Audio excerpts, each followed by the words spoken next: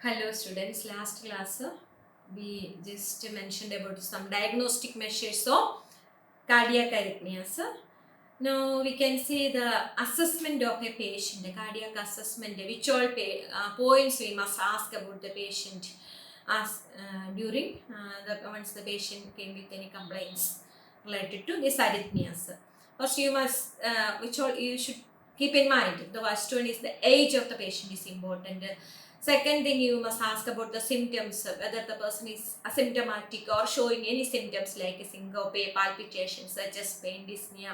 Already discussed the manifestations, so ask about any manifestations is there. Then next important point is the first time occurrence or before he had this type of symptoms any time, like means the first time or it's an recurrent type that you must ask. Then about the situation, what situation or the environment or the mental or physiological or psychological situation of the patient you should enquire. That means whether when he is getting angry that time or fright or any exercise or it's a sleep induced or it is a micturition induced or it's an exercise induced or it's fright induced. That way you must ask a history about these all things.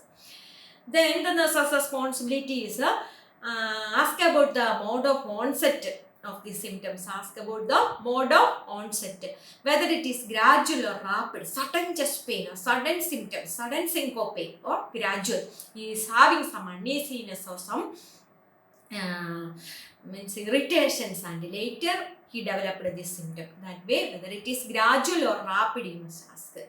Then the mode of termination you can ask some things with the vagal maneuvers or some other Valsalva maneuvers if there is reduction in pain or reduction in stimulations, that you can have to find out whether it's the effect of sympathetic nerve system, sympathetic or parasympathetic stimulations is due to that. Means you must ask about the mode of termination. Then next is you should ask about the drug history. That means anti-arrhythmic drugs, whether the person is having continuously on whether it is repeated arrhythmias, you ask about anti-arrhythmic drugs, then stimulants, then antibiotic, then any toxicity, that means any illegal drugs he is using, any over-the-counter medication the person is taking, this history you must ask. And then accidental overdose is there is chance for that also must ask to the patient. Then about the family history, any problems there in the family, the same pattern, arrhythmia history is there or what you must ask. Then structural heart disease history you must ask. Patient had any MI, any structural heart diseases, any cardiomyopathies occurred, any ventricular dysfunction or arterial dysfunctions, that way structural deformities and inflammatory conditions. These all histories you must ask. This about just a simple assessment of the patient. Again some more point I would like to mention about the ECG. That is very important. That's why evaluating the ECG tracing, how to monitor the ECG. I already taken a class of ECG. That information is not sufficient for you to identify the arrhythmia. So I am leading you or making you to understand the ECG, how to evaluate the ECG. Mainly I am thinking about that today, how to assess the ECG. That an ECG, electrocardiogram, a test that records the electrical activity of the heart, It's a graphic display. The electrical impulses that are recorded in waveforms, heartbeat that is recorded in waveforms. So you know about the P wave. What it represents, the P wave, once more just I am repeating. P wave, what it represents, arterial depolarization. Then think about the PR interval that tracks the impulse from the atria through the AV node. That is the PR interval. That's the impulse from atria, that impulse from the atria through the AV node. That is the PR. Then QRS complex that follows the P wave and represents the ventricular depolarization. All I told already. Okay. Then ST segment, the beginning of the ventricular repolarization, mentioned by the beginning of the ventricular repolarization. Then comes the T wave. T wave that indicate the ventricular repolarizations. So, by assessing an ECG, you must ask 5 questions. You are getting ECG strips. How you are going to assess that? You must ask 5 questions. First question is like that. What is the QRS rate? QRS rate. You must ask about that. Then that means next is that is atrial rate you must know. The ventricular rate you must know. That is important. Next, are the QRS complexes are regular? Ventricular rate, first you are asking about the ventricular rate. Next you see QRS complexes are regular. Every beat there is, after every P wave, if there is a QRS, should be there. Next, is the QRS is broad or narrow? Third question is, the QRS is broad or narrow? Next, are there any P wave? See, any P wave is there or what? Should know that. Then, what is the P is to QRS relation? 1:1 should be 1:1. Oh, that's what I will read it. See first there is a P wave. Then see that there is a QRS. Whether it is regular and each P wave follows a QRS or what. Then the broad, if it is broad or narrow, the QRS. The rate of atrial rate you have to calculate, ventricular rate you have to calculate. These are the assessment tips you must know. Then interpreting an ECG rhythm strips, the 5 approaches. First 5 approaches are there. The first approach is heart rate you must see. Second approach, heart rhythm you should see. Third approach, you must see the P wave. Fourth, you must see the PR interval. Then you must see the QRS complex. Heart rate, heart rhythm, P wave, PR interval and QRS complex. First, heart rate, you know. And heart rate also 2 types, atrial rate and ventricular rate is there. Count the number of electrical impulses as represented by the PQRST complex conducted through. Then the atrial rate means count the number of P waves. Then ventricular rate means count the number of QRS couples. Anyway, you can see atrial heart rate from the electrocardiogram. How we are calculating? Only one. There are many methods. I am discussing about only one method. The heart rate can be obtained from the ECG strips. That 1 minute strips that contains 300 large boxes and 1500 small boxes, as you all know. So therefore, an easy and accurate method of determining the heart rate, atrial heart rate with a regular rhythm is to, that is important, is to count the number of small boxes within PP interval. One P wave to another P wave. PP interval you know. So count the number of small boxes within the PP interval. Then divide 1500 by that number. Divide 1500 by that number. That is of the atrial rate. PP interval, count the number of small boxes. Divide 1500 by that number. If for example, there are 10 small boxes between 2 P waves. Suppose 10 small boxes. The heart rate is 1500 divided by 10 is equal to 150. If there is 25 small boxes means the heart rate is 1500 divided by 25, that is so 60. That's about the first atrial heart rate. Now we can see about the ventricular heart rate. That is the method the same way. Accurate method of determining heart rate, ventricular heart rate with a regular rhythm. To count the number of small boxes within an RR interval. Count the number of small boxes within an RR interval. Then divide 1500 by that number. Divide 1500 by that number. See the RR interval, small boxes 10 means 1500 divided by 10, that is 150. 25 means 1500 divided by 25, that is so 60. That way. Then atrial means PP interval, small box count you have to take. This one. Ventricular rate means RR interval, small box number you have to take. Okay. Anyway, 1500 divided by these numbers will give the atrial rate and the ventricular rate.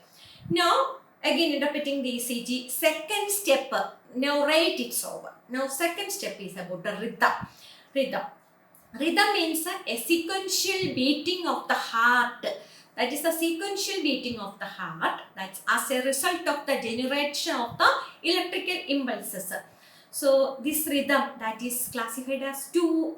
That is a regular pattern and irregular pattern. Regular pattern means the interval between the wave is regular. Interval between the waves is regular means the rhythm is regular. Irregular means interval between the wave is not equal means that is of irregular. That is regular and irregular. So each stick for whether it is a regular rhythm or irregular rhythm. So think about the atrial rhythm that is classified. Regular pattern means interval between the P waves is regular. PP interval is same in all leads. PP interval is same. Irregular pattern means interval between P wave, that is PP interval is irregular, different for different leads. That is about the atrial rhythm. Rhythm same means it should be same for all the leads, the PP interval. Now ventricular rhythm, you have to see the RR interval, whether it is same or not. Then some concession is there for this ventricular rate. That is regular pattern means the interval between the RR wave is regular, RR interval is regular. Irregular pattern means interval between RR waves is not regular. So I told about the concession. That means measuring a regular rhythm, measure the interval between the RR waves, measure from R to R. If the interval vary by less than 0.06 second or 1.5 small boxes, 1.5 small boxes, the rhythm is considered to be regular. That much different it can be 0.06 second or 1.5 small box difference. That also we can excuse that. That is of regular ventricular rhythm. But irregular means if the interval between the RR waves from R to RR variable by greater than 0.06 second or 1.5 small boxes, we are considering the rhythm as irregular. One small excuse. Actually, whether it's perfect means should be equal, but can excuse 0.16. Then also we are considering it up to 0.16. We are considering it as regular and other is irregular. Now, the third rate is over, rhythm is over. Third about the P wave. P wave is a main factor, SI node. It's originating from SI node. P wave is produced when the left and right atria depolarize. P wave. Then first deviation from the isoelectric line. P wave is the first deviation from the isoelectric line. Should be round and upright. That is round and upright. P wave is the SI node pacing or firing at regular intervals. See that SI node is pacing. It's such an indication. If there is P wave, SI node is pacing or regular interval is there. Then this pattern is referred to as a sinus rhythm. P wave is there, we can see it as a sinus rhythm. SI node is pacing. Pacemaker is the SI node. That about the P wave. Then you must ask 5 questions about the P wave. If P wave, about the P wave. First question, are P wave is present or not? First you have to say in this CG P wave is present or not. Second, are P waves occurring regularly? Whether occurring regularly before each QRS. Is there is a P wave? See, P wave is occurring regularly. Second thing. The third means, is there one P wave present or for every QRS complex present? Occurring regularly. Sometimes there may not be QRS, but P wave is occurring regularly. So then you have to see if is there one P wave present for every QRS complex. Then again, are the P wave smooth, rounded and upright in appearance or are they inverted? Inverted in some leads, okay? P wave also inverted. So you must see whether it's a smooth, round, upright. Then next, last question is, do all P waves look similar? All P waves look similar. These all have some indications about all types of arrhythmia. So P waves are present, P waves occurring regularly. Each P wave is followed by a QRS complex. Then P waves is smooth, round and upright. Some leads it's downward. Then or it's inverted. All P waves look similar. This is about the P wave. Now we may move to the fourth point, that is of PR interval. How to assess about the PR interval? In that, measure the time interval from the onset of atrial contraction to onset of ventricular contraction, that is of PR interval. I already mentioned about this thing, the PR interval.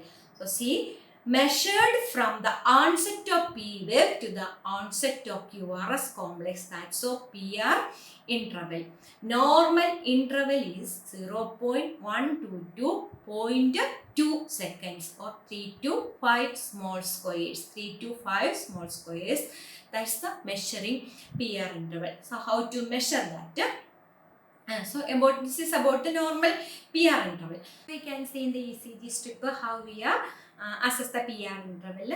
Only have to ask 3 questions for the PR intervals. 3 questions. One is, are the PR interval greater than 0.20 second? First, it is greater than 0.20 second. Second question, are the PR interval less than 0.12 second? Now the third question is like that, are the PR interval consistent across the ECG strip? Whether it is consistently occur on the ECG strip. This is about the PR interval. Next, the fifth one, that is of the QRS complex. The QRS complex presents the depolarization or contraction of the ventricles. Depolarization and contraction of the ventricles. There are 3 waves, Q wave, R wave and S wave. Thinking about the Q wave, first, negative or downward deflection of this large complex, that is of the Q wave. Know about the Q wave, normal ECG Q wave. Now the R wave, think about the first upward positive deflection following the P wave, that is the tallest wave, the R wave. Then comes S wave. That this is sharp wave. This is sharp. That's a negative downward deflection. Negative downward deflection that follows the R wave. That is so S wave. Next, this you must see whether Q wave is there, R wave is there, S wave is there in the QRS complex. Again, the normal interval of QRS complex is 0.06 to 0.12 second. That means 1.5 to 3 small boxes. 1.5 to 3 small boxes. Whether it is there, whether QRS is wide, QRS is narrow, that we have to differentiate later. Should be, you must see that it's of 1.5 to 3 small boxes. Then, assessing the QRS complex, you can ask 3 questions. Only 3 questions. Take ECG strip and ask 3 questions. The questions are like that. Are the QRS complexes greater than 0.12 seconds in width? Are the QRS complex greater than 0.12 second in width? Okay. The second question, are the QRS complexes less than 0.06 second in width? Second question over. Now the third question is there. Are the QRS complexes similar in appearance across the ECG strip? It should be in similar appearance. The height, QRS, these are that of similar appearance in across the ECG strip or not. These are 3 questions you must ask about the QRS complex. Now, we may move to next wave, that is of the T wave. The strip next wave is T wave. preceded by ventricular repolarization or relaxation, that is of the T wave, preceded by ventricular repolarization or relaxation. Okay, about the T wave, commonly that is seen as the first upward or positive deflection following the QRS complex. After the QRS complex, you can see commonly seen there the T wave. Then about T wave shape, size, and it's not necessary to consider in detail about the T wave. This is about the 5 points. 12 points: rate, rhythm, P wave, QRS complex, and T wave. This about the ECG we mentioned. Now, by studying about the that help you to keep in mind everything about the ECG.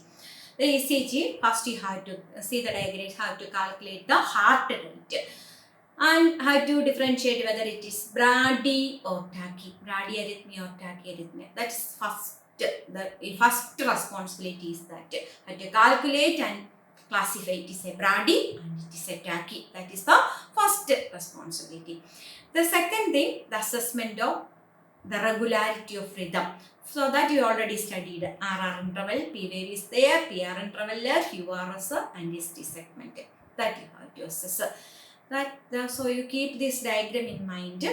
Brady or tachy we are classifying, then assessment PR, PA, RR, PA, PR, QRS, ST. Then next diagram you observe, you can see in that the RR interval not regular. RR interval is not regular. So sure that that's of arrhythmia. Then first you have to see P wave is there or what you see. P wave is not there means that is atrial standstill. Sinus node is not the pacemaker. Atrial standstill. P wave is not there. Okay, if P wave is S, it is there. It means next you must see P wave for every QRS complex is there or not. First you saw P is there or not. Next, S means you must see P wave for every QRS complex. So the answer is no means what will happen? That is the sinus arrest. P wave is not there for every QRS complex means that is a sinus arrest. During classification, I told about the 6 sinus syndrome. Okay. Next, you must say the amplitude width of P wave, amplitude and width of the P wave, right atrial enlargement, the width differences, and then amplitude if amplitude increases means that is right atrial enlargement. The left atrial enlargement denoted by increased width. So amplitude and width of the P wave you must see. Right atrial enlargement means amplitude increase. Left atrial enlargement means width will increase. That's all diagrammatic representation. Next, see if suppose the P wave is normal. Next you must see about the PR interval. See prolonged PR interval. You are observing a prolonged PR interval. That indicates first degree AV block, prolonged PR interval. Next possibility, progressively prolonged PR interval but normal QRS complex means that is type 1 second degree AV block. Progressively prolonged PR interval, no QRS complex means type 1 second degree AV block. Again, constant prolonged PR interval, abnormal QRS complex means type 2 second degree AV block. The difference between type 1 and type 2 is type 1 there is normal QRS complex, type 2 there is abnormal QRS complex. That is prolonged PR interval. Now, shorter PR interval means that indicate atrial fibrillation and atrial flutter. Atrial fibrillation and atrial flutter. These are some common arrhythmia interpretations. It's better you keep in mind about it. This is the trick for you to identify the ECGs. Now just we see about the SA node problems. SA node, if you are observing, must see two problems mainly. That's fire too slow, it's fire too fast. Too slow it fire means sinus bradycardia. Too fast it fire means sinus tachycardia. Always you remember these points about the SA node. Now atrial cell problems, main atrial cell problems you can observe. Atrial cell problems that atrial cells can fire occasionally from a focus, occasionally from a focus. That is one condition. Then another possibility is premature atrial contractions. Premature. It's not becoming mature. Premature atrial, before it there is atrial contraction, before the actual time. Premature atrial contractions. PACs are there. Then another it fire continuously due to a looping recurrent circuit. Atrium is firing continuously due to a recurrent circuit. That is so atrial flutter. Re-entry is there. That before electrophysiological class I have demonstrated a picture about the re-entry in the atrial area, the circuit. That leads to the atrial flutter. Just once more I told only. Then about atrial cell problems. Atrial cell can fire continuously from multiple focus, that is of atrial fibrillation. Continuously from multiple focus, that means atrial fibrillation. Fire continuously due to multiple micro re-entry waves, wavelet, that is of atrial fibrillation. That's two. Atrial fibrillation indicate two things. It from the multiple focus it continuously fire, or is due to multiple micro re-entry wavelet. That also atrial fibrillation. Indication is atrial fibrillation. Now think about AV junction problems. In AV junction problems,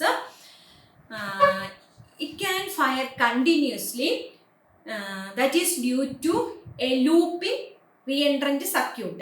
AV junction also a big circuit is there. In previous diagram I explained about that circuit. A looping re-entrant circuit it is there. Then the arrhythmia occur, that is of paroxysmal supraventricular tachycardia. When AV junction problem is paroxysmal supraventricular tachycardia. Another thing, AV junction problem is block impulses coming from SA node. Impulse block from the SA node. Block is there. That is AV junctional block. AV junctional block. That is the AV junctional problem, main problems. Now, SA node problem we discussed, atrial problem we discussed, AV SA node problems we discussed, atrial problems we discussed, AV junctional problems we discussed. Now about the ventricular cell problems. Ventricular cell problems. So cardiac arrhythmias, ventricular cells can fire occasionally from one or more foci. Occasionally from one or more foci. That is called premature ventricular contractions. That leads to premature ventricular contractions. Occasionally from one or more foci leads to premature ventricular contractions. Fire continuously from multiple foci, that is of ventricular fibrillation. Multiple foci is there, fibrillation. That fire continuously due to looping re-entrant circuit, ventricular tachycardia. Looping is there, ventricular tachycardia. This is the three ventricular problems. Then now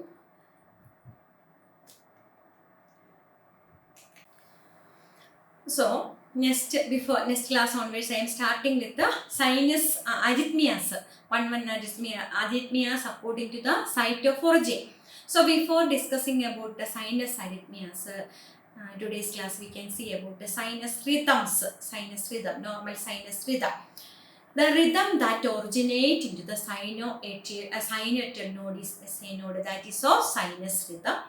That 5 common variations of sinus rhythm. I already discussed that normal rhythm means 60 to 100 beats per minute. Sinus bradycardia means greater than 60 beats per minute. Sinus tachycardia means sinus bradycardia means that is less than 60 beats per minute. Sinus tachycardia means greater than 100 beats per minute. And sinus arrhythmia means 60 to 100 beats only. Then sinus pause, sinus arrest. 5 common variant sinus rhythms are that. Then normal sinus rhythm, that is 60 to 100. Normal sinus rhythm is the rhythm of the heart that's set by natural pacemaker of the heart called sinoatrial node. That is set by the sinoatrial node. It is located, where it is located already discussed, the wall of the right atrium. Normal cardiac impulses start there and are transmitted to atria down to ventricles. That is of the normal sinus rhythm. The sinus rhythms, how to identify the sinus rhythm, again you can see the 5 steps. You think about the 5 steps. Tomorrow onwards, the next class onwards, I am discussing about the sinus arrhythmias. Sinus arrhythmia. So you must keep in mind these 5 points, sinus rhythms, 5 sinus rhythm. Step 1, that is, so what is the rate? You must ask what is the rate. That is, so 60 to 100 beats per minute is the normal sinus rhythm. Second question is, what is the rhythm?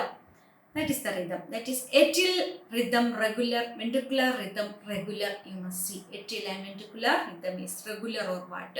You know, I already discussed how to calculate the rhythm. The third question is there a P wave before each QRS complex?